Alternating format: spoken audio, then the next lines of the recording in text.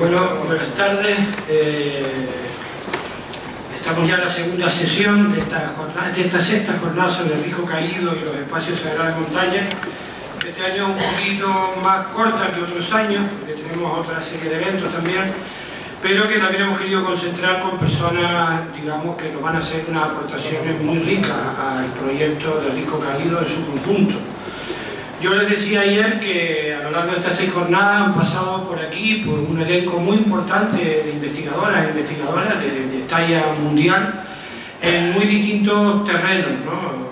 En el mundo de la arquitectura, en el mundo de los sagrados, en el mundo de la arqueología, de la arqueoastronomía, de la botánica, algunas personas como Águido o Paco que están por ahí, que son gente que trabaja e investiga en Canarias, y bueno, en principio de todos lados, de Irlanda, de Inglaterra, de Francia, de Malta, y para nosotros ha sido muy enriquecedor para poder orientar el contenido y la dirección que lleva este expediente, ¿no? Pero también nos ha parecido muy importante, lo decíamos ayer, el darle voz a investigadoras e investigadores canarios que trabajan aquí, que son de aquí, y en algún caso de aquí, bastante de aquí, es decir, incluso de la zona núcleo, de la propia propuesta de Risco Caído y espacios sagrados de montaña como Yeray. Y por lo tanto, para nosotros es importante pues todos los trabajos sectoriales que estamos haciendo también dárselos a conocer a ustedes, ¿no? El primer trabajo de hoy, la primera ponencia, la va a dar Saray Cruz Ventura, que es doctora en Filología Hispánica y profesora asociada de la Universidad de Las Palmas de Gran Canaria, que ya tiene una larga experiencia en los trabajos etnográficos, ¿no? En distintas materias, no exclusivamente en el tema de la etnoastronomía, que quizás con este trabajo pues, ha iniciado este campo, que yo creo que es muy aleccionador, ¿no? Y luego una persona conocida por ustedes por otros menesteres, ¿no? José Yeray Rodríguez Quintana, que aunque sea uno de los grandes músicos de Canarias y una persona comprometida con nuestra identidad, pues la verdad que es un orgullo tenerlo aquí como profesional, como investigador, ¿no?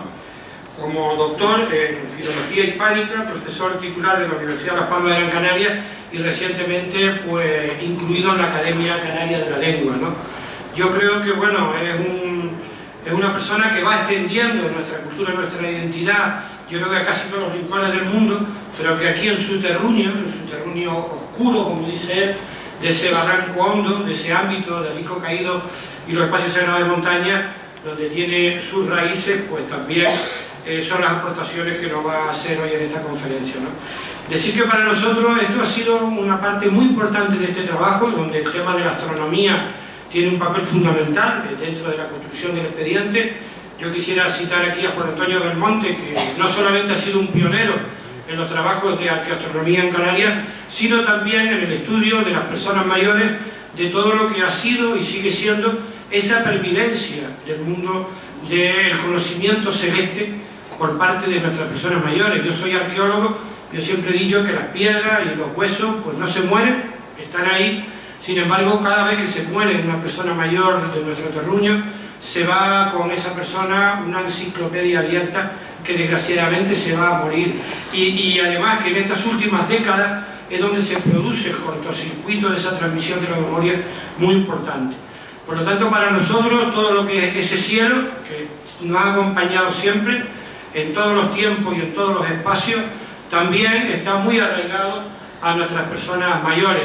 Y que parte de ese conocimiento del cielo es un conocimiento heredado que queremos rebuscar, no solamente en lo que se ha introducido por la cantidad de población que ha llegado después de la conquista, sino de nuestra propia población aborigen, ¿no?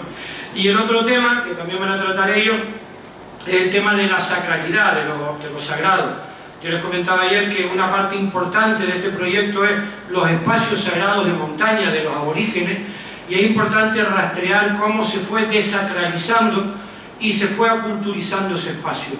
Esto también se puede rastrear entre las personas mayores que están ahí, y en realidad lo que yo creo que Yeray y Saray han hecho, que es un trabajo muy precioso, es casi la antesala de un trabajo mucho más profundo que queda todavía por hacer, ¿no?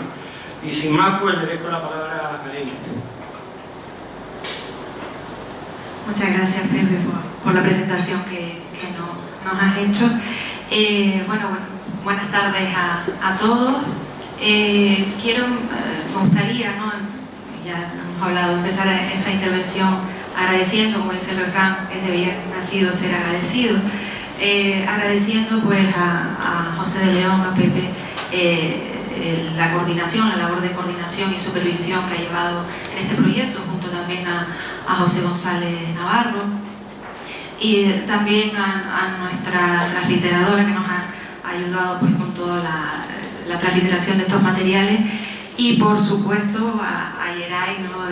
Mi compañero y colega de trabajo, que ha sido un apoyo importantísimo para afrontarlo, sobre todo porque los dos somos filólogos, los dos tenemos en nuestra mente siempre el estudio de la tradición oral, pero en este caso yo era, claro, estaba como investigadora externa, ¿no? Entonces llevaba más la parte técnica, pero su apoyo en ese sentido, con la misión que él tiene, emocional, de la experiencia vivida en ese espacio, ha supuesto un aporte importantísimo, sobre todo para contactar con los informantes. Yeray es el salvoconducto perfecto cuando se llega arriba y se dice que tu compañero Yeray pues te abre las puertas, y eso la verdad es una gran ayuda para este trabajo. Los atributos inmateriales que se ascriben a Risco Caído y a los espacios sagrados de montaña constituyen, como ya sabemos, una muestra más de la riqueza cultural que posee este espacio, como bien recoge la UNESCO en la Convención para la... Perdón, ¿suena raro? Ay, es que tengo poquita voz, y si no... Bien. Como les decía, en la Convención para la Salvaguarda del Patrimonio Inmaterial se define, ¿no? Que este patrimonio comprende los usos, representaciones, expresiones, conocimientos y técnicas que las comunidades, los grupos y en algunos casos los individuos reconozcan como parte integrante de su patrimonio cultural.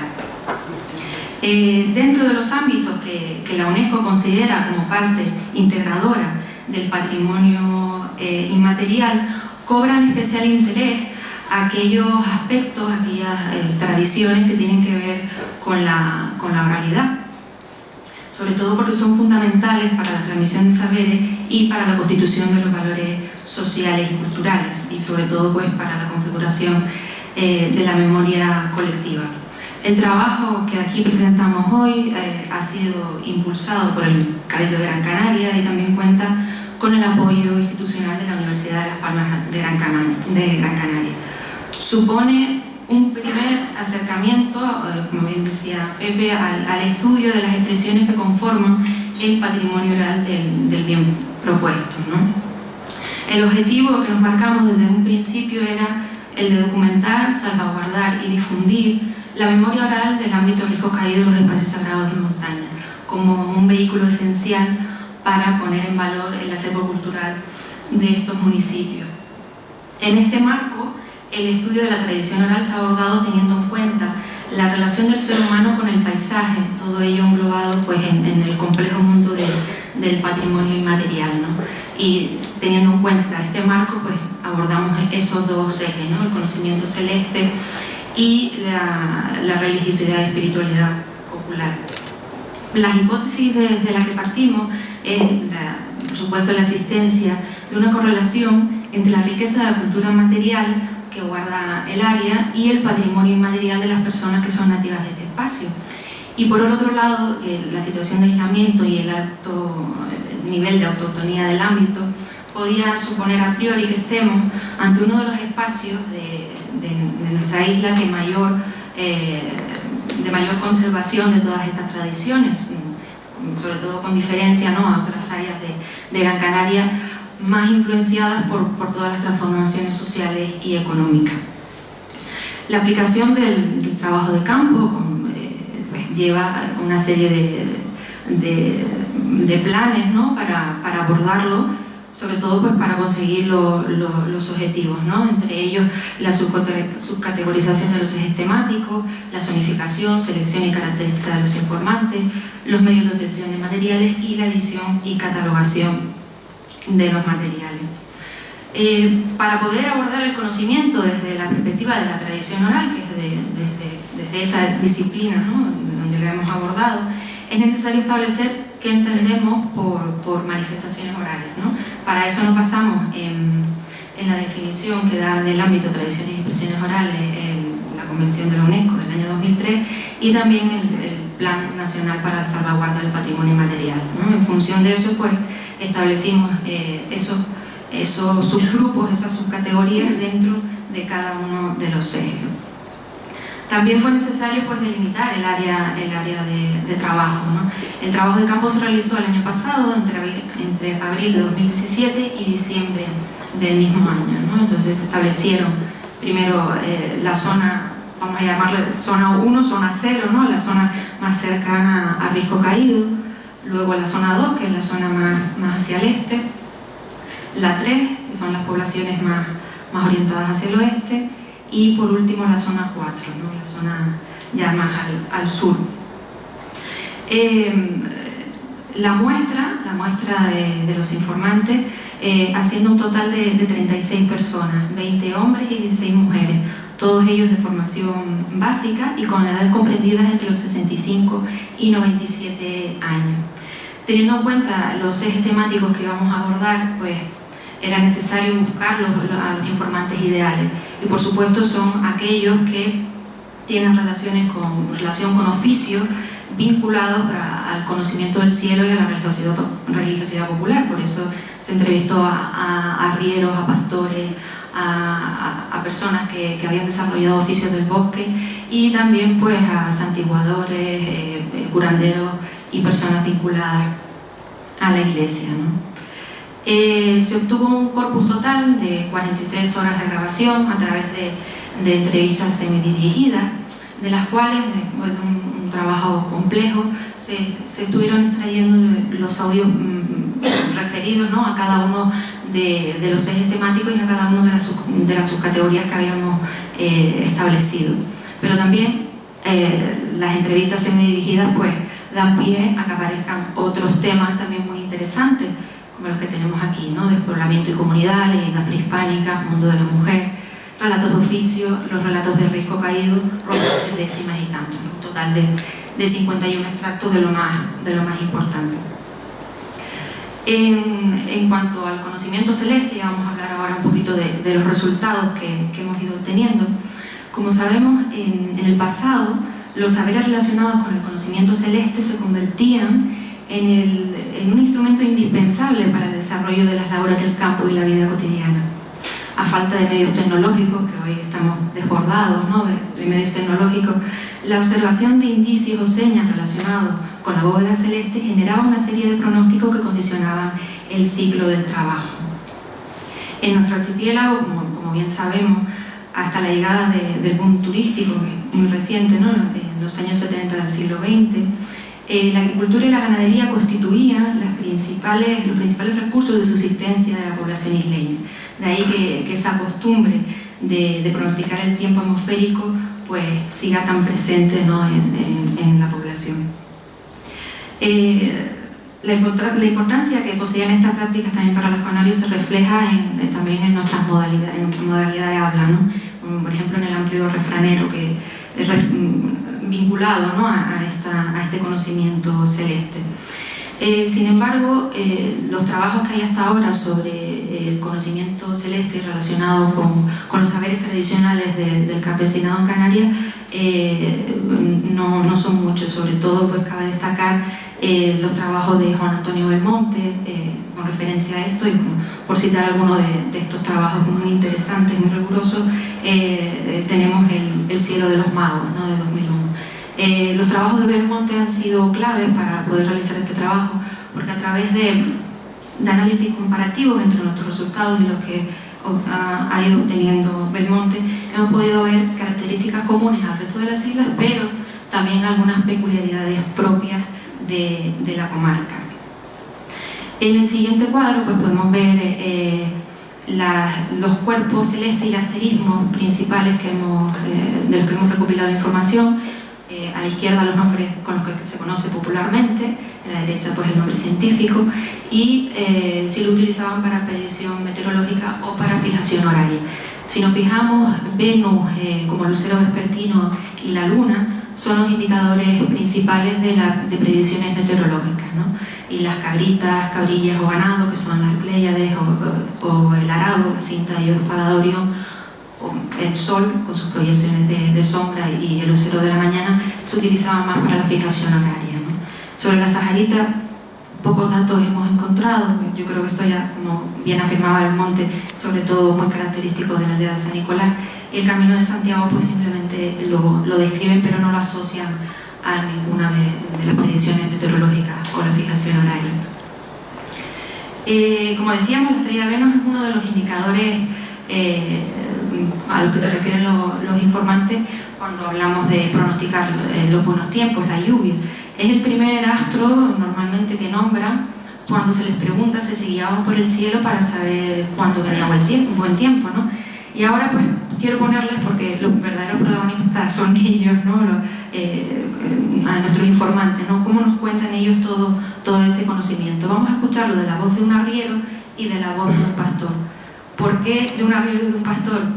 Porque si nos fijamos, pues son los que dominaban completamente el espacio. El arriero caminaba de un lado a otro llevando mercancías, el pastor transhumante, sabemos la importancia de la actividad pastoril, de la transhumancia en Gran Canaria, dominaba todo ese espacio cuando tenía que mudar al ganado a Tejeda, ¿no? En toda la cumbre, para los mejores pastos en verano, y entonces eso les da un conocimiento total del territorio y por tanto de las desviaciones de las estrellas, ¿no? Porque ellos marcan todas las desviaciones de los astros con el territorio, ¿no? El territorio se convierte en el marcador ideal de la bóveda celeste. Vamos a escuchar a Teófilo. Teófilo es del Torcón de Tejeda, es de los últimos arrieros que ya queda, y tengo que decir que siguen activos. Lo único que ha cambiado la mula por el Hyundai, pero sigue yendo a Tahuí pues, a estar con sus tierras, y lo que saca de la tierra lo sigue vendiendo, o sea, que sigue en activo. Vamos a escucharlo.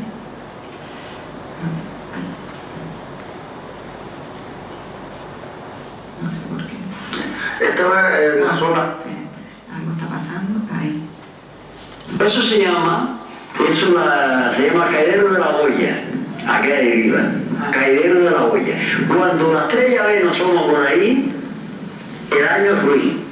Pero este año asoma por ahí y va caminando así, es donde llama la degollada del humo. Se está perdiendo para atrás. Si ahora cuando asoma por donde llama la degollada luna, el año no es malo, pero tiene muchos truenos y viento. El año no es bueno, por una parte. Ahora, si se pierde y aparece por allí, por la degollada gigante o la montaña de la Sándara, el año es bueno. El año es bueno. Es cuando llueve, cuando hace puntos de agua. ¿Utilizaban un pañuelo o algo para verla? Lo utilizaba yo, un pañuelillo chico que era un pañuelillo de seda, y lo ponía así, y es cuando yo veía las estrellas. Ya hoy no las veo ni con una pañoleta. En aquel tiempo sí, pero ya hoy no las veo ni con una pañoleta. Tenía un pañuelillo, pero te estoy hablando aparte. Yo tendría 12 años cuando te estoy diciendo de la estrella Venus, que mi abuelo tenía el pañuelillo y me lo daba para que la viera, que tenía 90 y tantos años, porque no la veía. Dice, mira, ve la estrella Venus, y me daba el pañuelillo y yo lo miraba. Mi abuelo murió cuando yo tenía 13 años. Mi abuelo tuviera hoy 150 años. Vemos, ¿no?, el conocimiento tan preciso de esos marcadores territoriales. Y luego, bueno, lo del pañuelo es interesante, o sea, casi todos nos decían eso, que observaban las estrellas como con un pañuelo. Y luego, ¿cómo vemos, no?, cómo se refiere al abuelo, ¿no?, de esa enseñanza que venía de generación en generación. Y luego el control del tiempo, que a mí me alucinó, yo que soy de letras, cómo sacaba las cuentas enseguida de los años que tendría el abuelo, ¿no? Vamos a escuchar ahora a Domingo Moreno, el informante más joven. Él es pastor transhumante, y bueno, esta entrevista se hizo en la Candelilla y en la Yacata, donde él pues muda el ganado en verano, ¿no? Y vemos cómo conoce todo ese territorio, todo el marcador. Esta es la zona de aquí, es diferente allá. porque allí tiene otra dirección, donde la zona donde yo vivo, en la estrella de Belén se ve, si está en la punta de Ramadá, abajo vista de las nieves de Agaete, no sé si tú conocerás esa zona, la punta de las nieves de Agaete, se pone, al ponerse, se pone, decimos nosotros, a boca barranco, por la corriente del agua, es año bueno de agua. Si se pone aquí donde le decimos la Cruz de María, que baja aquí de Altanera para allá, que baja la carretera derecho abajo a Tilma, no, sí llueve, pero no de mucha lluvia. Pero mientras está la vista, algo llueve. Algo llueve. O sea, mucho, o sea, poco, se retrasa más, que se retrasa menos, como ahora mismo ya se está retrasando. Claro. Eso según la zona donde esté. Y hay que mirarla para saber si está caminando para una zona a otra. Todas las noches, para la noche sea ponerse el sol del mismo sitio, para ver la dirección que va cogiendo. ¿Y aquí tenían alguna referencia de algún risco, alguna cosa en esta zona, por ejemplo? Sí, la zona esta aquí le llaman Boca Barranco, aquí derecho Barranquillo Andrés abajo, peso abajo. Si coge aquí Barranquillo Andrés se pone, aquí seguimos está Boca Barranco, abajo a Barranquillo Andrés y la montaña de Yerba Huerto. Está en Boca Barranco y llueve. Es interesante, ¿no?, cómo conoce todos los marcadores de toda la zona, ¿no?, tanto los del norte como los del centro, en la Cruz de María, como los del sur, sobre todo por eso, ¿no?, por la transhumancia.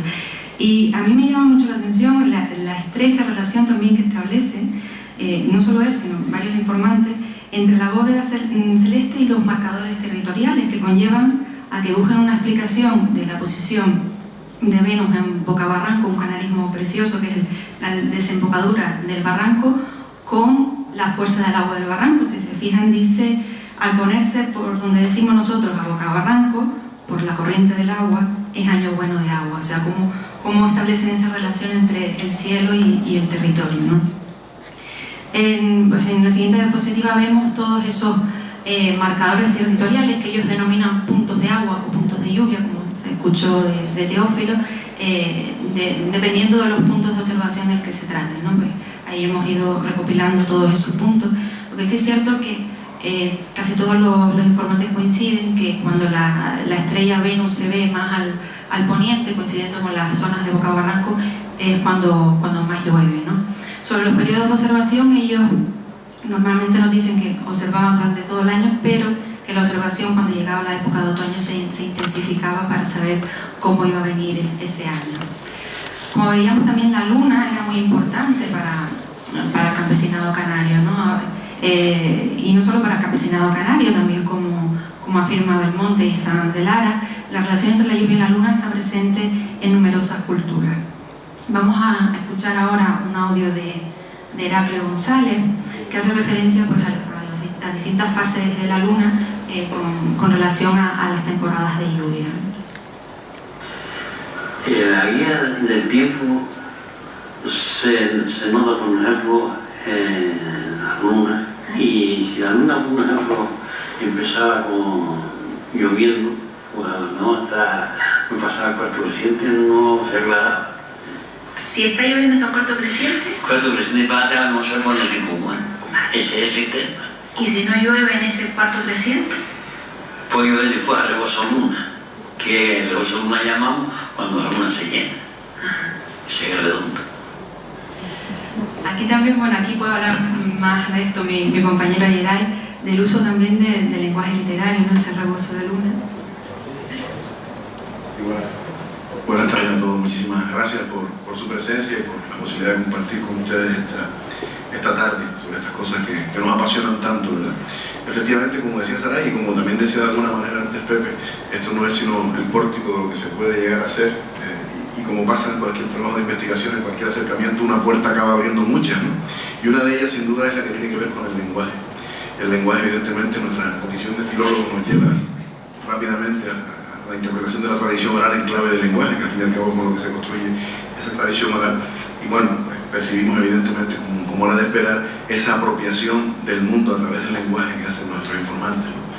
Cómo comparan ese mundo de alguna manera lejano, el mundo celeste, que evidentemente en proporciones está lejano, lo comparan, lo aproximan a su entorno, a su contexto con el lenguaje cotidiano todos los días. Ven arados, cabrillas en el cielo, lo mismo que ven en su día a día, ¿no? Y esa capacidad constante de metaforizar sobre el espacio pues resulta evidentemente sumamente enriquecedora y también nos acerca, por supuesto, aunque estamos en la primera parte del trabajo, a todo lo que tiene que ver con la sensibilidad, ¿no?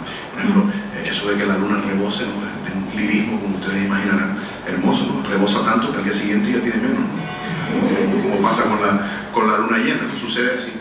Heraclio González, un hombre toda su vida, pues los 85 años que tiene, los ha pasado prácticamente todos en Coruña, en el barrio de Coruña, en Arterana, al pie del Pinar, y evidentemente lo que habla, lo habla desde el conocimiento exacto y directo de esa cercanía con el cielo que tienen los habitantes de la cumbre y que los hace interpretar de alguna manera, repito, ese mundo lejano con el mundo próximo. Y es sin duda una de las líneas que más interés tiene también desde el punto de vista filológico este trabajo, ¿no? Esa literaturización del lenguaje, ese lirismo que hay en el lenguaje, y que por ejemplo se da en el caso de una persona como Heraclio, una memoria privilegiada. Esta es de las personas que más décimas sabe de memoria, que yo sepa, en la isla de Gran Canaria. Cuando yo era niño me las cantó todas y me las sigo cantando durante todos estos años, y además, repito, ese lirismo también le viene dado por la forma en la que se expresa y por la forma en la que recoge el mundo en una expresión tan maravillosa como esa. Esto no es más que un ejemplo, pero los hay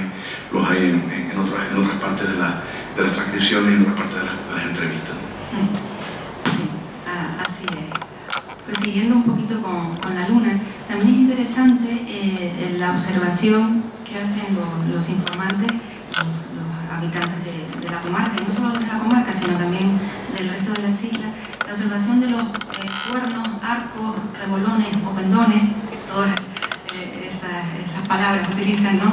De la luna. Son unas sombras que aparecen en la esfera solar y que ellos lo asocian también a temporadas de lluvia. Esto también lo ha documentado Belmonte en otras islas. Vamos a escucharlo de la voz de Juan Ramírez Araña de La Culata. ¿Y la luna daba también alguna seña? ¿Cómo? La luna daba alguna seña. La luna era el principal. La luna la tenían los pastores siempre. Usted ve esta luna que nació ahora. Es que uno no espera mucho. Nosotros aquí. Cuando la luna, según viene los cuernos, si viene mirado para el este, viento que te ve. Y levanta. Y ya está misma allá levanté, me dijo, son que se puede ver la luna mío. Viene al este. Digo, levante que los parte de él. Cuando vienen los cuernos hacia el este, sí, hay viento. Y cuando viene ya una encina que viene al norte, encina que viene con allí, ese año, esa luna da poco mucho, y después, si cambia un poquito para allá al norte, viene frescura, para allá de agua, ¿sí? Frescura y agua. Sí, sí.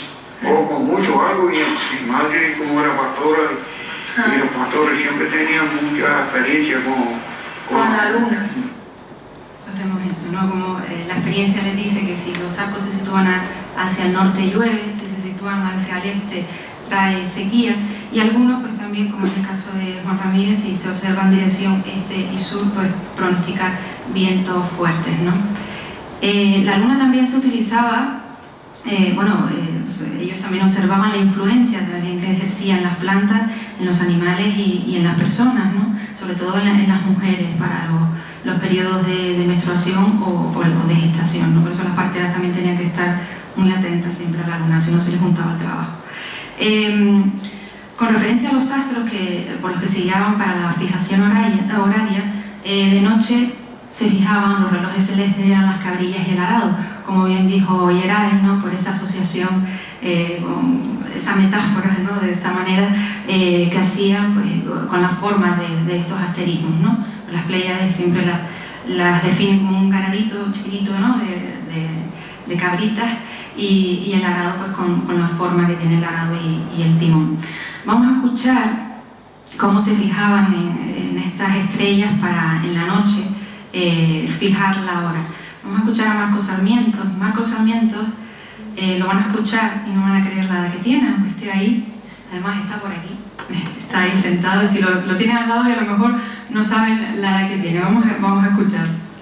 por las estrellas nos guiábamos para ir a misa de madrugada, porque en aquella época que tenían reloj eran 2 o 3 funcionarios del ayuntamiento. Tuvimos maestras que no tenían reloj, maestras rurales, era una miseria terrible. ¿Y en qué estrellas se fijaban para saber? Bueno, nosotros, por ejemplo, las cabillas que son 5 estrellas, y después más o menos mirábamos la altura por dónde va. Nosotros los de allí de la culata teníamos la referencia del nudo. Cuando faltaba un poquito, calculábamos unos metros para pasar de nudo, era tal hora. Y la diferencia no creas tú que llegaba a media hora. La misa de madrugada, que era a las 4, mira, las cabrillas vienen ya cerca del nudo, pues vamos a misa. Y atinábamos. Y eso eran las cabrillas, y el arado daba una... Y el arado iba junto a las cabrillas, también un poco más atrás.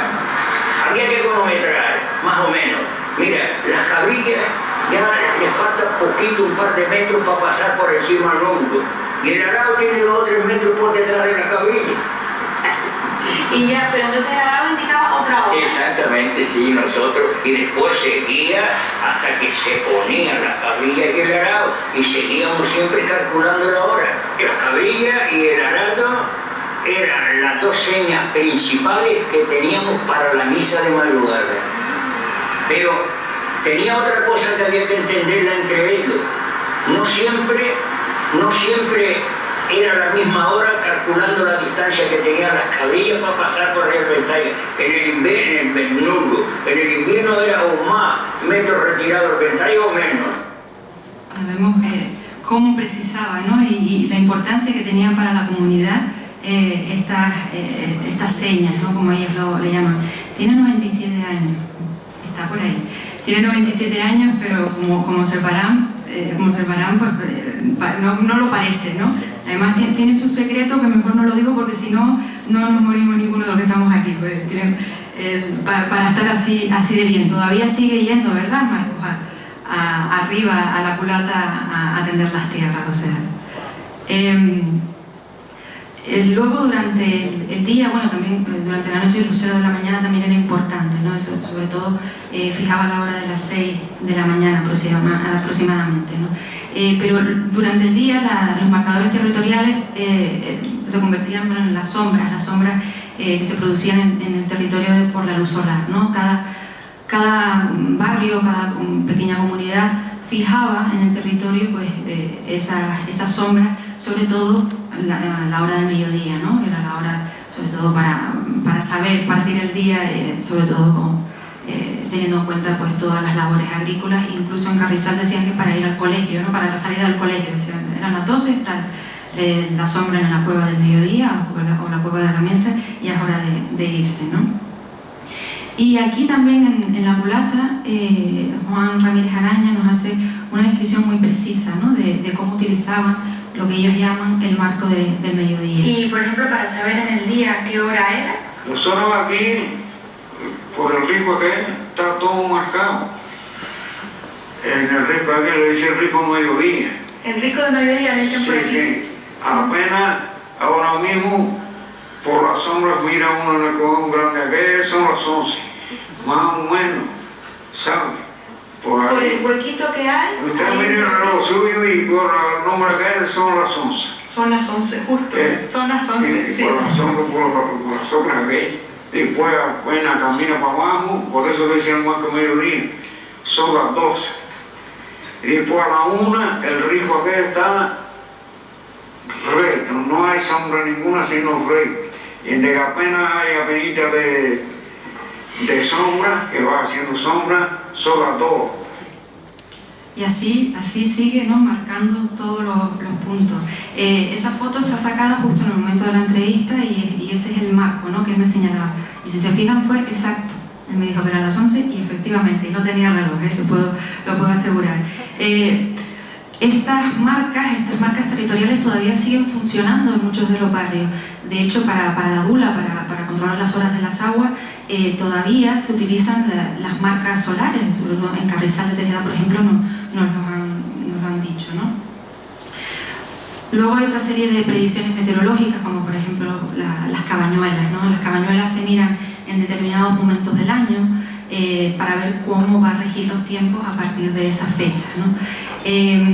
Normalmente tiran un poquito de tierra al aire y hacia donde, sobre todo a las 12 de la noche, nos dicen, y hacia donde vaya el humo de la tierra, pues es el tiempo que rige, ¿no? Con respecto a las cabañuelas, ha salido algo muy interesante, y es la cabañuela de la Encarnación, la del 21 de marzo. Por la documentación que ha ido recopilando Juan Antonio Belmonte, en Canarias no hay vestigios, ¿no?, de esta cabañuela, salvo en esta comarca. Entonces, como nos ha indicado Juan Antonio Belmonte, puede ser pues alguna manifestación residual de la importancia que tenía el equinoccio, sobre todo en el Pentaiga y en el Roque Nóbulo, ¿no?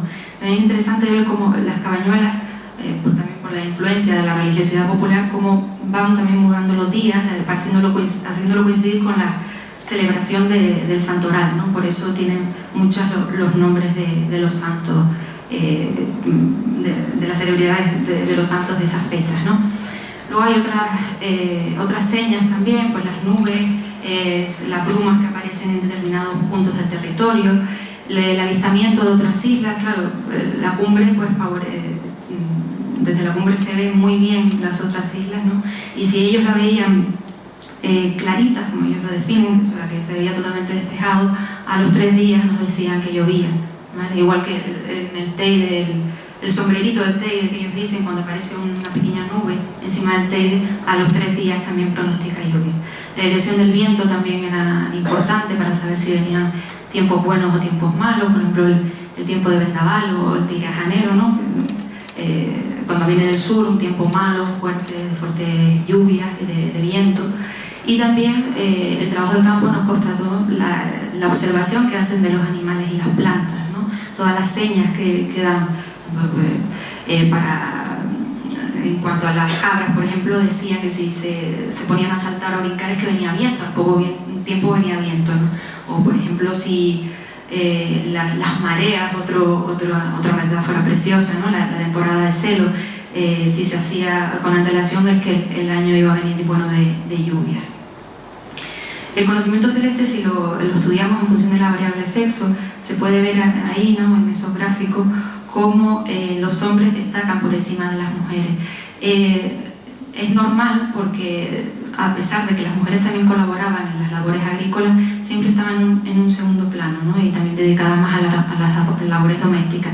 Además que los oficios que aportan mayores conocimientos del mundo celeste y de las otras predicciones meteorológicas, pues esos oficios normalmente eran practicados por hombres. Los pastores casi siempre pues, eran hombres, y los arrieros también. Sí llama la atención que las mujeres destaquen en la luna, ¿no?, en los conocimientos de la luna. Es normal, porque la luna afectaba, como ya habíamos dicho, a todos los periodos menstruales y de gestación, por eso es que las conocían. Y luego las actitudes de los informantes. Vimos que el cielo sigue siendo muy importante para ellos, ¿no? Y ya no solamente como herramienta de predicción, sino también emocionalmente, o sea, como el vecino de arriba. Vamos a escuchar a Heraclio, que lo dice muy bien. Se le queda estrellado total. Entonces, estamos en una altura veja muy apretada. El cielo se te queda estrellado. Tú desde Las Palmas o de otros sitios no ves las estrellas. No. Entonces de aquí se está cerca de las estrellas. Y de algo. Y eso, el cielo se te queda estrellado, queda hermoso. Uno de los elementos, sin duda, esta vecindad con el cielo, que resulta sumamente llamativo, ¿no? Siempre cuando hablar de estas cosas recuerdo un verso del gran Rafael Rosarena que dice que a los canarios nos ha tocado en suerte de tierra solo un puño, de cielo todo el cielo. Será seguramente por tener tan poca tierra alrededor no nos queda más remedio que mirar al cielo y al mar, que es lo que hemos hecho históricamente, pero evidentemente en tierras de cumbre se suele mirar al cielo con esa cotidianidad, sobre todo quienes saben que de cómo se comporta el cielo dependerá su vida, ¿no? Les decía antes, un caso particular como el de Heraclio González, que ha pasado toda su vida prácticamente en Artenara, y las escasas veces en las que ha salido de allí, seguramente una de las cosas que más extrañaba era, como dice ahí, ver el cielo estrellado, que con la cantidad de luces que hay en otros lugares no se ve, ¿verdad?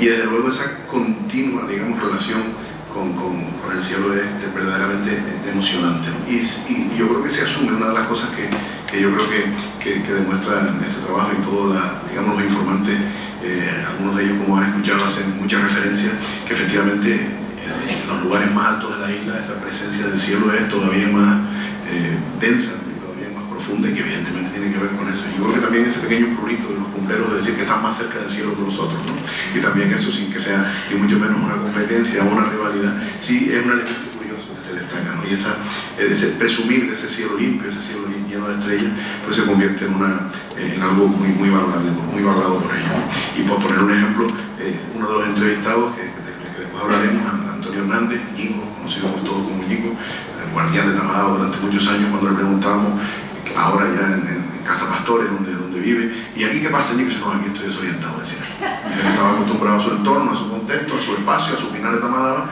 y evidentemente los astros parecían que no se comportaban igual en otra tierra, evidentemente donde no se vivió, donde no se familiarizó con el cielo del mismo modo que lo hizo cuando vivía en Lugarejo o en el pinar de Tamadaba. Exacto. Pues ahora pasamos, para ir ya un poquito aligerando, a un apartado que a mi compañero Geray le interesa muchísimo también, que es la religiosidad y espiritualidad popular. Como sabemos, Canarias cuenta con un conjunto de creencias y costumbres de naturaleza mágica que definen parte también de nuestro acervo cultural. Estas creencias cobran especial interés en el ámbito del bien propuesto, donde la abundancia de relatos relacionados con aspectos sobrenaturales constatan el profundo arraigo que éstas poseían en el imaginario colectivo. Lo sagrado y lo pagano constituyen esferas de un mismo universo espiritual y territorial, y no hay mejor manera de explicarlo, como bien dice Geray, a través de lo que nos contó Ñigo. Después, cuando llegas arriba a la cruz esa de María, no te sigues para allá arriba. Allí es donde cambia. Y donde cambia porque está esto, los cruces de camino. Cambia. Después dobla así, va para allá y viene para acá. Y después llega allá, la laja allá, hay otro cruce de camino. Y vuelve otra vez. Y vuelve para allá. ¿Para Boca Barranco? Para Boca Barranco, para arriba, como para la aldea, para allá, para Tenerife. Pero donde hay un cruce, allí se para, allí está los tíos. Y no se mueve. Lo tiene el mismo sitio. Y después gira. ¿Y por qué donde hay un cruce? La bruja. ¿La estrella puede tener relación también con eso? Puede que la tenga. Puede que la tenga. Bueno, yo tengo que decir como anécdota de intrahistoria de las entrevistas, que cuando fuimos a entrevistar a Ñigo, yo le decía a Saray, tú no te asustes. Oiga lo que oiga, porque yo sabía que él nos iba a hablar de todas esas vivencias, que está muy vinculada, es curioso, una de las cosas que tiene mucho que ver con todo este trabajo es evidentemente, como no puede ser menos, el entorno, el contexto concreto donde se desarrolla la vida de las personas que han sido informantes. Una de las cosas que nos preocupaba, hemos hablado muchas veces con Pepe Cuevas, con Saray, es que qué hace este espacio, qué tiene este espacio, qué particularidad puede tener para que resulte especialmente relevante hurgar en esta memoria oral. Y evidentemente uno de los que se nos ocurre como más concluyente, que seguramente habrá que seguir ahondando en él, pero nos parece definitivo, es que el Pinar de Tamadaba como tal, como sistema montañoso, es el único que contraviene el resto de las montañas de la isla, ¿no? Que funcionan generalmente como los radios de una bicicleta, ¿verdad? De cumbre a costa, conformando los barrancos, ¿no? Habitualmente. Si se dan cuenta, el Pinar de Tamadaba es una montaña, digamos, atravesada, que conforma el único acantilado real que hay en Gran Canaria y que de alguna manera constituye un perfecto telón sobre el que colocar esos astros que antes veíamos y sobre el que hacer de alguna manera un mapa muy claramente con un horizonte bastante amplio. Los habitantes de ese paisaje no ven el mar, pero tienen un horizonte que es Tamadaba sobre el que sitúan esos marcadores claramente. Uno de los más nombrados, uno de los fundamentales es la Cruz de María. Y yo les voy a contar una anécdota que no me quiero resistir a contar sobre Ñigo y la Cruz de María. Cuando nos contó, esto es increíble, nos contó que fue un día allí y vio la cruz rota. Y dice que él fue, él mismo, elaboró, cogió dos palos, los atravesó, los amarró y se echó la cruz al hombro y subió hasta la Cruz de María, ¿no? Una especie de calvario del siglo XXI, ¿verdad? Me hubiera gustado ver a ese hombre con esa cruz subiendo por ahí para arriba, ¿no? Para colocar la cruz de María, porque independientemente de otras cosas, pues evidentemente es una cuestión de fe, una cuestión de tradición, de costumbre, para ubicarla allí en el exacto lugar donde siempre había habido una cruz. Eso es lo que nos contó él, nos lo contó con una pasión y con una fe verdaderamente maravillosa. Y por supuesto, yo creo que ese es un elemento fundamental, la conformación de esa especie de telón, de esa especie de horizonte sobre el que colocar los marcadores. Y después también otra cosa que dijimos al principio, y es la estrechez de los barrancos, esos lugares más oscuros, más propios a todo lo que tiene que ver con el misterio, lo que tiene que ver precisamente con ese mundo de creencias, de supersticiones, ¿no? Cuanto más amplio es el horizonte y más luz ve uno, da la impresión de que se pueden desvanecer ciertas creencias, ciertos mitos, pero cuanto más oscuridad hay, ustedes piensen en lugares cerrados, ¿no? En los que uno abre la puerta de la casa y se encuentra la montaña de enfrente justo delante, ¿no? Piensen por ejemplo en eso, en Barrancondo, en Lugarejo, en La Solana, en el Carrizada, en el Valle de Agaete, en todos estos entornos en los que se estrecha el paisaje, que se dan, digamos, son propicios a esa oscuridad y a esas creencias tan interesantes, ¿no? Imagínense por ejemplo una frase con la que yo me quedé de Ñigo que me encantó, que después, como siempre digo, si la escribe García Márquez decimos que es realismo mágico, se la hizo un guardián de Damadama, no le hacemos tanto caso, pero le contó y fue ahí donde yo dije, ¿sabes? Que no se asustara cuando dice, a mi tío lo enterraron con los zapatos errados y la noche que se murió volvió 3 veces. O sea, lo contó así. Yo estaba tranquilo, ¿sabes? Al principio no tanto, después se fue acostumbrando. Yo acostumbrado desde chico a verlo, ya sabía eso. Pero vamos, desde luego, esta religiosidad, esta espiritualidad popular, pues tiene mucho que ver evidentemente con ese contexto. Y es, como antes decía, como ven, como decíamos antes, una investigación abre otras muchas puertas y esta es una de las que hay que transitar tanto temprano para estudiar hasta qué punto se da en estos países. Y yo creo que lo corroboran estas muestras que nos está ofreciendo Zelaya, ¿no? Sí, pues precisamente por las razones que apuntaba Yeray, hemos encontrado un gran número de estos relatos relacionados con todas estas creencias y relacionados con lo sobrenatural y lo mágico en el ámbito, ¿no? Los más frecuentes los relatos de brujas y los relatos relacionados con las cruces y las almas en pena. Pues los cuentos de brujas son muy habituales porque también la práctica de la brujería era muy frecuente en Canarias, tal y como recogen los diversos legajos del archivo del Tribunal de la Santa Inquisición de Canarias, ¿no? Según ha constatado Fajardo Espínola, uno de los principales estudiosos de la brujería y la hechicería en Canarias, las denuncias relacionadas con estas prácticas suponen el 44% de las recibidas por el Santo Oficio, ¿no? Es un número bastante elevado. Estos cuentos de brujas aparecen igual que en otras islas, ¿no? Pero aquí la verdad que la abundancia es llamativa, en donde siempre la mujer siempre es la protagonista, ¿no? Que deja a los hombres encantados y los lleva por distintos caminos, se convierte en distintos animales para realizar sus fechorías, ¿no? Todos los cuentos giran en torno a eso. Pero como ya hay un poco de prisa, vamos a ir mirando y dándole voz a otras personas. En este caso es Edelmira Cabrera de Las Ollas, y nos cuenta el siguiente cuento de bruja. Teníamos que ir al molino ya. Salían de madrugada con los burros cargados y cada cual en la bestia que tuviera, y hasta la casa había una bestia para poder ayudar, ¿no? Y dice que aquel hombre era fuerte como el demonio, tenía un cuchillo grande y tenía su burro y su perro. Salía a las 3 de la mañana, decía yo voy. Los demás le daban que merecía, decían, no vaya para abajo solo, mire que ya baja para abajo de la iglesia de los niños, le están saliendo de la bruja. A mí no hay que me salga, donde yo estoy no tiene nadie que hacer, donde yo estoy no va nadie. Puedo decir que cuando se daba cuenta iba caminando y le salía una gallina llena de pollo, que hasta el mulo o la burra se le paraba y no quería caminar. Y yo se ponía, pues esto será la maldita, pero si son ellas se la van a ver conmigo esta noche. Sacaba el cuchillo y hacían a todo y lo clavaba. Y después aparecía la mujer delante de él, bailando y muerta de risa. Dice, esta no es de la hora, porque ahora tenía que llevarme a mi casa.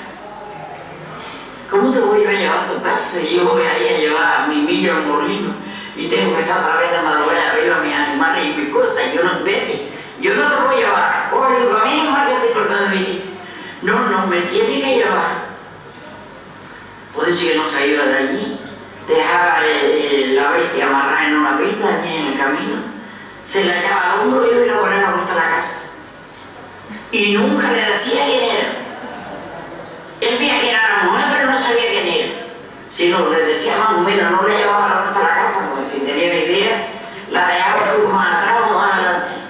Y la dejaba allí y dice, vete ahora.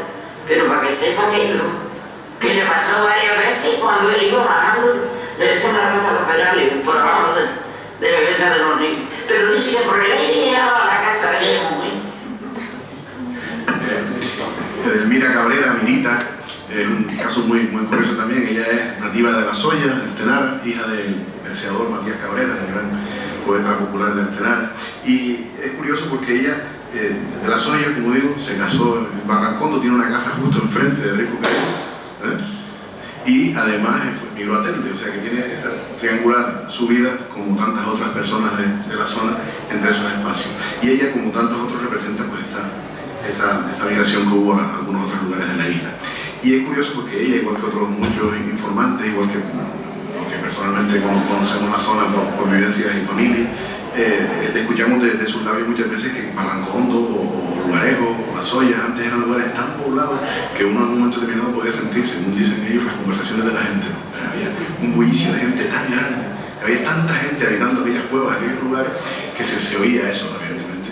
Pues eso habrá que ponerlo siempre dentro de la forma de recordar las cosas que tenemos los humanos, pero habla bien a las claras de la población tan importante que tenían estos espacios ahora despoblados. Pero para que ustedes vean una prueba que también es interesante, esta historia que me está tocando un poco más a mí de las entrevistas y del trabajo, para que ustedes vean cómo eso está en la memoria de la gente.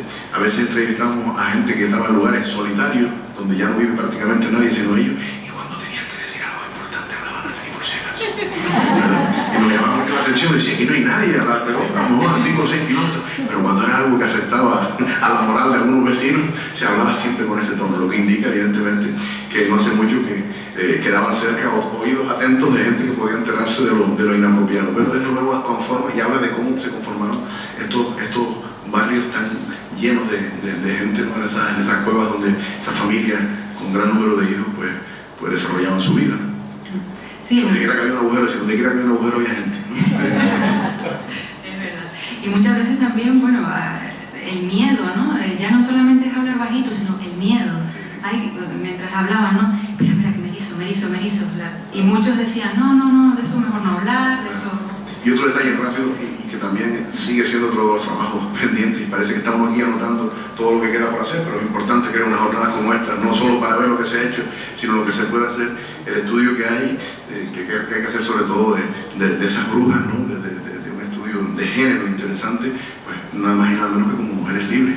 Efectivamente, mujeres que no se sometían al dictado de aquella sociedad que las obligaba a ser mujeres casaderas y a tener hijos. Las que se salían de ese esquema evidentemente eran enseguida talladas como brujas y ya su comportamiento se cuestionaban por el mero hecho de asumir una libertad que hoy en día nos parece, por supuesto, normal y lógica como debe ser, pero en aquellos tiempos ya ven ustedes lo que pasaba, ¿no?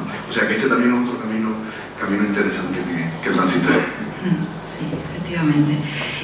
Pues como habíamos visto también, los relatos relacionados también con las cruces y las almas en pena son muy interesantes en esta zona, sobre todo los vinculados a los lugares que tienen como núcleo principal una cruz. Si vemos los documentos que hay sobre la toponimia de la zona, por ejemplo el trabajo de Luján Enríquez y Ortega Ojeda en la toponimia artenara, solo en este municipio se registran 25 topónimos que contienen el término cruz. O sea, si nos fijamos en eso, pues vemos la importancia que tenía, ¿no?, este símbolo cristiano en la zona. Muchas de esas cruces ya no existen, pero todavía sigue existiendo el nombre, ¿no?, el topónimo, y historias también vinculadas a esa cruz, ¿no? Estas cruces representaban pues, el alma del difunto, ¿no? Y si se profanaban, si se rompían, pues lo que conllevaba era la liberación del alma, que aparecía en forma de pequeña lucecita que atemorizaba a toda la población. En este ámbito cobran especial interés los cuentos relacionados con la Cruz de María. Ahora vamos a escuchar, antes bueno, antes él ya adelantaba un poco de la importancia de la Cruz de María. Ahora vamos a escuchar a Juan Cubas Montes de Oca. Es un señor también de Barranco Hondo con un conocimiento bastante amplio de todas las tradiciones y cuenta una versión bastante detallada de este cuento, pero variantes hemos encontrado muchísimas, ¿no? Y ahora que nombró la Cruz de María, ahí pasaba algo, porque alguna historia he escuchado de la Cruz de María. Sí, allí esa cruz parece que una gente se la llevaron para casa y tuvieron que ir a ponerla otra vez. Entonces el rico caído había un viejito y él iba para la aldea caminando con los abuelos, chiquitito. Y dice que apareció un cura montado en un caballo. Y dice que le dijo, mire, le voy a dar una fortuna, si ustedes la quieren coger. Ahí debajo de la Cruz de María Carmen, ustedes que hay un montón de dinero enterrado, que yo lo enterré. Y entonces ellos trataron de escarbar, pero el demonio estaba apoderado del dinero. Dice que carga bestia, dijo el cura iba en pena. Dice que largaba fuego. Dice que decía el cura, carajo, los hombres de mi tiempo, ¿dónde estarán? Porque si ustedes fueran a la iglesia de Candelaria, traen agua bendita, rociaban aquí y sacaban el dinero. Este cuento es muy frecuente en toda la zona, ¿no? Es como la Cruz de María es un enclave muy interesante, ¿no? No solo desde la religiosidad popular y todo el misterio, ¿no?, que rodea esta cruz, sino también, como veíamos, como marcador territorial, ¿no?, de Venus. Entonces, no sé, puede ser una suerte de Axismundo, ¿no?, para este espacio. Y sobre todo también, bueno, los cuentos se relacionan con una velilla, ¿no?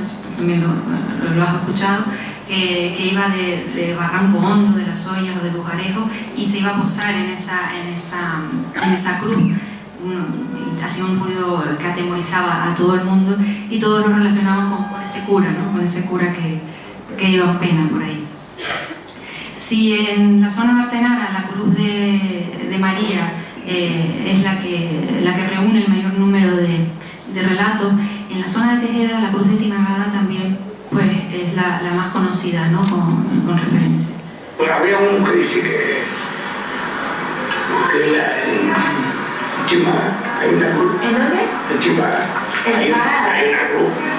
Pero en Chimagada ya sabe yo. Sí, bueno, no pasa nada, podemos entenderlo. Hay una cruz que por lo visto una persona que le cogió la noche y cogió un callo de cruz, que era de idea alumbrarse. Y entonces todas las noches, se pega la cara, alguna vez salía el alma en pena, que se lleva de arriba a la vez, los campeonatos cualquiera. Bueno. Y era alma en pena. ¿Eso era en dónde dijo? ¿En la cruz de? La cruz de Chimagada. Vemos una historia similar, ¿no? Además, la profanación de la cruz lleva también aparejado la maldición del quien profana. O sea, el que rompe la cruz, muchos relatos también nos lo han comentado, queda pues toda su vida maldecida y además con herencia a sus descendientes, ¿no? Todos los relatos relacionados con las almas en pena y también con las cruces van a parar también a un personaje muy importante en la zona, que es Zaragoza o Zaragozita Cabrera, de la que le puede hablar también Geray. Es sin duda uno de los personajes míticos, concretamente de Lugarejo, en el que, como antes decía, es muy interesante el estudio de los personajes femeninos. Hay mujeres en Lugarejo verdaderamente que merecen un estudio y una consideración más allá de este trabajo, pues, como puede ser Zaragoza, como puede ser la cieguita, los Cera de Lugarejo o tantos otros personajes de los que ahora vienen a mi memoria, pero desde luego ella es sin duda uno de los personajes más conocidos, no solamente en la zona, sino en toda la isla, por esa capacidad que tenía como medio, ¿no?, de hablar con los muertos, como habitualmente se decía. Y bueno, pues de los relatos, pues es interesante, por ejemplo, que nos hizo precisamente Diego cuando hablaba que era una paloma la que le decía todo eso, que se posaba en su mesa de noche y le contaba todos los recados que venían supuestamente del más allá, y si la paloma salía con la puerta cerrada, ¿no?, decía él. Y de alguna manera, pues este personaje configura quizás uno de los iconos más importantes de todo este mundo de la religiosidad, de la creencia, de toda la espiritualidad, ¿no? Y bueno, pues yo por ponerle un poco como decía antes, de carnalidad al asunto y de intentar, pues, desde la desde la ciencia, ¿no? Todos los cuestionamientos que se hacen habitualmente, este tipo de creencias y supersticiones. Permítanme, por favor, que cuente una anécdota familiar, y es que cuando uno llevaba mucho tiempo escuchando estos relatos, no solamente ahora que lo hemos hecho desde el punto de vista más científico de investigación, sino cuando uno lo oye de niño como parte de la memoria oral de su contexto, pues uno llega a sentirlo tan cerca que alguna vez pregunté en casa, en este caso a mi abuela, le pregunté una vez, ¿y usted cree en eso, abuela? Y ella me dio una respuesta fantástica, que es la que yo quiero transmitirles a ustedes, que vale más creerlo que averiguarlo. Entonces, claro, estas cosas de alguna manera yo creo que también forman parte de la creencia, ¿no? y de la religiosidad y de la espiritualidad popular, ¿no? Y yo muchas veces he conversado esto con Saraya al respecto, ¿no? Que es algo que está bastante arraigado. Y lo más interesante, vuelvo, perdónenme otra vez, por mi condición de filólogo, arrimar la brasa a mi sardina, no es tanto el relato, sino cómo. O sea, no es tanto el hecho, sino el relato del hecho. Cómo lo cuentan, ¿no? La normalidad y la naturalidad con que se cuentan cosas aparentemente impensables o increíbles, ¿no? Y ahí está también una de las grandes fortalezas, yo creo, de todas estas entrevistas, es que nuestros informantes nos cuentan cosas aparentemente fantásticas, aparentemente maravillosas, con una normalidad que sin duda alguna engrandece el relato. Sí, es que a veces me parece que estamos ante una novela de realismo mágico, ¿no? Cuando ellos empiezan a contar con esa forma de hacerlo, ¿no? Y ya para ir terminando, vamos a ver una expresión de religiosidad popular colectiva, ¿no? Que sucede sobre todo en el municipio de Artenara con la festividad de San Matías, a la que se le hace pues una procesión en rogativas para pedir lluvias, ¿no? Sobre todo en las épocas de mayor sequía. Este tipo de rituales también lo podemos ver en otros lugares del espacio, pero en el espacio del ámbito y en otras islas también, pero aquí tiene una característica muy peculiar, y es la forma en la que se hace esa procesión de rogativa. Vamos a escuchar a Y cuando no llovía, se le pedía a algún santo para que lloviera. San Matías. San Matías. Mira, había un cura aquí que era de Filgar, y ese cura era capellán. Y entonces dice, ahora cuando vamos a San Matías lo llevamos al roque allá arriba, a Ricardo para que llueva. Y entonces cogieron, prepararon cosas y se fueron todo el mundo con el santo allá arriba. Y la gente le decía, don Domingo, lo riscamos. No, espérate que ya va a llover, que va a llover. Y entonces decían, lo riscamos. No, don Domingo, ya se ve la bruma, ya se ve la bruma. Y después decía otra vez, don Domingo, a la gente, lo riscamos. Y decía la gente, no, no lo risque, el pobre, ¿por qué lo va a riscar? Y entonces cogían y viraron para atrás para marcharse, y empezó a llover, y llegaron todos mojados a la iglesia, escurriendo la obra. Un ejemplo rápido de cómo esta memoria oral sigue viva en el entorno es que a mí me contaron una anécdota fantástica también sobre el asunto, ¿no? Que cuando una de las veces que llevaban a San Matías en un año ruin a Ricardo, que realmente lo hacían a pie del Roque García, resulta que se encontraron a alguien que venía contra la procesión de gente y decía, ¿a dónde van? Y dice, vamos a riscar este santo. Y el hombre lo vio como lo más normal del mundo, como decíamos antes, como si todos los días se riscara un santo. Parece ser que a la vuelta el hombre iba en el sentido contrario y se lo volvió a encontrar y dice, ¿pero ustedes no iban a riscar este santo? Y dice, no lo riscamos, lo asustamos. Y entonces el viejo, más rápido que ellos, dice, él no se asustó mucho porque lleva la misma cara con la que fue para allá. O sea, que imagínense ustedes cómo es eso, pero cómo la memoria oral, repito, va manteniéndose en el tiempo con un suceso como ese, que por lo que se relata ya de ustedes, que no es un suceso tan antiguo, relativamente reciente, pero que sin embargo está arraigado en el pueblo y vinculado por otros lugares de Canarias donde pasa lo mismo, ¿no? Donde se hacen rogativas de este tipo, ¿no? San Andrés, Tetir, por ejemplo, ¿no? Bueno. Sí, o al lado también, en el Heredero General con San José, de lo que también hemos también tenido información, ¿no? Ya por último, para ir terminando, vemos ahora la diferencia, ¿no? En cuanto al sexo de los informantes, sobre las aportaciones, ¿no? En cuanto a los datos de la religiosidad y la espiritualidad popular. Vemos que ahora las diferencias ya no son tan acusadas entre hombres y mujeres. Los hombres destacan sobre todo en los relatos vinculados a la muerte y a los entierros, porque eran los que más participaban, ¿no? para colaborar en esos entierros. Los relatos de brujas también los hombres son los que destacan, y las mujeres en los relatos vinculados a Zaragoza.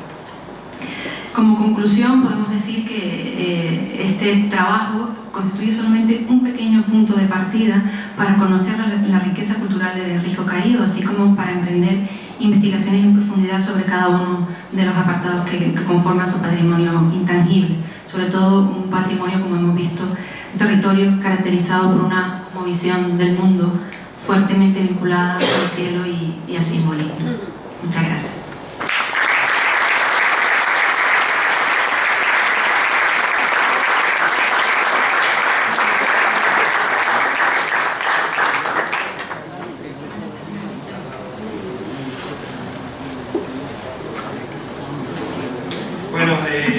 Les prometo, bueno, aparte de los 5 o 6 encargos ya de trabajo que nos ha hecho el Cabildo Gerais, todas esas puertas que se han abierto de investigación, les prometemos que repetiremos esta charla, ¿no? Pero que durará 4 o 5 horas, porque yo creo que aquí hay tela para seguir, yo creo que a gusto un poco, yo creo que vamos a seguir transmitiendo esto. Ya como colofón, rapidito, pues les vamos a pasar un regalo muy pequeño que ya lo tenemos pensado para en su momento el museo, pero que Gerais un día por la mañana muy tempranito subió a aquel risco, llegó a una cueva y yo creo que con mucha emoción porque, bueno, yo me caigo, pero yo creo que lo transmite tú directamente.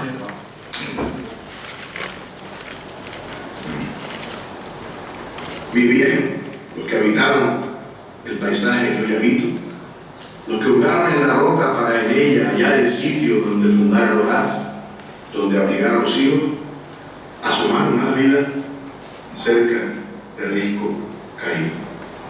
En lo alto de Gran Canaria, al pie de un bosque de pino y no lejos de la mesa de Acusa, que por un sitio es verde y por otra seca y memoria ante el olvido. Cerca tuvieron la cuna todos los parientes míos. Abrigados por la sombra del roquenublo magnífico y no lejos del ventaina que emerge desde el abismo para juntar tierra y cielo, lo humano con lo divino. Hoy, tantos siglos después, entrar a Risco Caído, al mágico almogarén de equinoccios y solsticios, es sentir que pese a todo, pese al tiempo transcurrido, habitamos un lugar que no deja de ser mítico, que los que antes que nosotros se preguntaron lo mismo, quisieron buscar respuestas y le dibujaron signos y rumbo a las paredes de una cueva que es un símbolo, donde entra el sol y dibuja un calendario de signos. Aquí están los que habitaron esta tierra que nos hizo tal y como somos hoy, como seremos y fuimos. Porque el pasado pasó, pero en verdad no se ha ido. Y está lleno de futuro, como un enorme acertijo, una forma de juntar el final con el principio que debemos descifrar y entregar a nuestros hijos.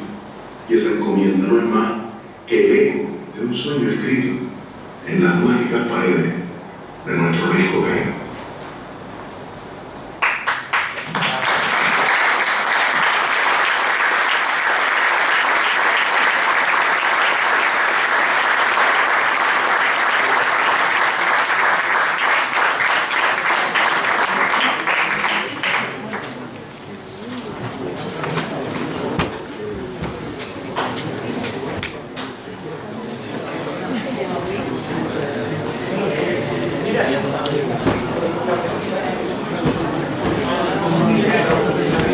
Tenemos 5 minutitos por si alguien quiere comentar algo.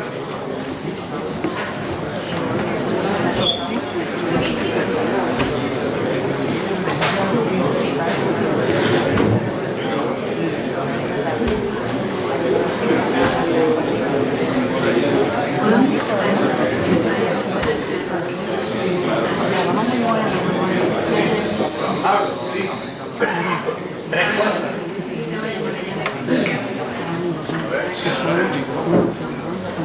Pues 3 cosas. Primero, felicidades y gracias por el trabajo y espero que siga. Segundo, tengo preguntas favoritas, y es que la mayoría de los vecinos a los que he tenido la suerte de conocer en la zona se refieren al lugar como Risco Caído. Y solo quería preguntar si ustedes creen que merece la pena conservar esa forma de pronunciar. Y por último, comentar que el sábado va a ir Heraclio a Rico Caído. Ay, qué bueno, me alegro mucho por Heraclio, la verdad. Yo, bueno, la experiencia que tengo de entrevistar a los informantes, normalmente me dicen Rico Caído, no sé por qué, ¿no? Pero no sé, habría que esperar, yo creo, un poquito a ver si ese término evoluciona de tal forma como para que se pudiera cambiar, ¿no? La toponimia hay que cuidarla, ¿no? Y habría que ver o hacer investigaciones a ver si esa evolución fonética pues se puede reflejar, pero habría que estudiarlo en ese caso. A mí me llamó la atención que Juan Cuba normalmente cuando hablaba con él se refiere a Rico Caído y ahí se refirió claramente a Rico Caído. Sí, también puede hacer ese efecto. Lo sentimos un poco porque ya va a empezar, pues vamos un poquito ajustados de tiempo, porque todavía hay otras 2 conferencias, hay una creo y ya...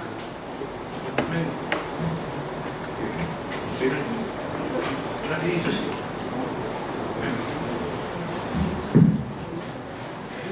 Me parece muy interesante toda la charla. Espero que tengan suerte en el trabajo futuro. Tenía una pregunta. Una persona sorda viene alternada, una persona mayor, y lo que me han contado es que algunas de las personas mayores han encontrado cosas a la hora de trabajar en el campo, han encontrado cosas en la tierra y se las han llevado a casa y las han guardado en sus casas. Ustedes que han tenido la oportunidad de estar en las casas de estas personas, o conocen si tienen patrimonio material, esas personas tienen patrimonio en sus casas escondido, o lo saben, gracias. Lo tienen detrás escondido, me imagino. No sé. No, a nosotros, bueno, en mi caso no he visto nada, sino, bueno, por ejemplo, los pastores guardan sus encerras, ¿no? Como tesoros, ¿no? Sobre todo los que ya no están en el oficio, pero cosas así particulares que encuentren en la tierra y que las tengan guardadas, a mí no me las enseñaron tampoco creo que si lo tuvieran lo dijeran, ¿no? Lo guardarían en secreto, sobre todo. El otro día en La Palma apareció una caja de zapatos, ¿verdad? Con un montón de restos de cerámica, a lo mejor un día nos llevamos una sorpresa. Bueno, Federico, es que tenemos 2 conferencias y tenemos que cerrar el punto. Lo decía porque usted lo escuché, están contando, los montañeros yo tengo unos 70 años, que nosotros estábamos en el grupo montañero en Canarias, y cuando caminamos la cumbre, todos estos detalles que está dando, nos daban todos los pastores y demás. O sea que yo me alegro, pero es una cosa curiosa, ¿no? Que mucha gente desconoce la ciudad, pero era interesante. Gracias, Federico. Pues nada, muchas gracias y vamos a pasar a la otra conferencia.